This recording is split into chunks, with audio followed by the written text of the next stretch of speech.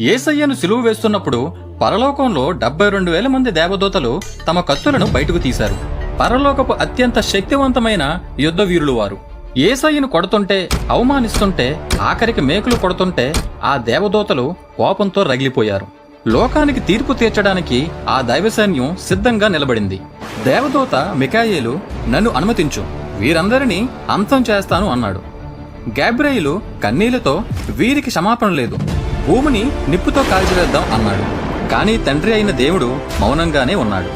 యేసయ్య ఒక్క మాట అంటే చాలు, ఈ భూమి 2 ముక్కలైపోయేది, లోకం నాశనమైపోయేది.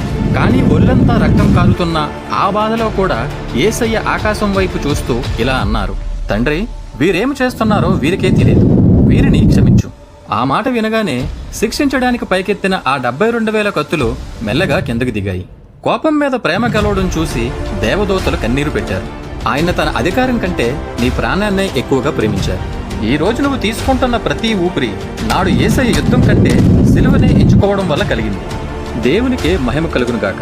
ప్రభువు మన కోసం చేసిన ఈ ప్రేమ త్యాగం గురించి మీరేమనుకుంటున్నారు?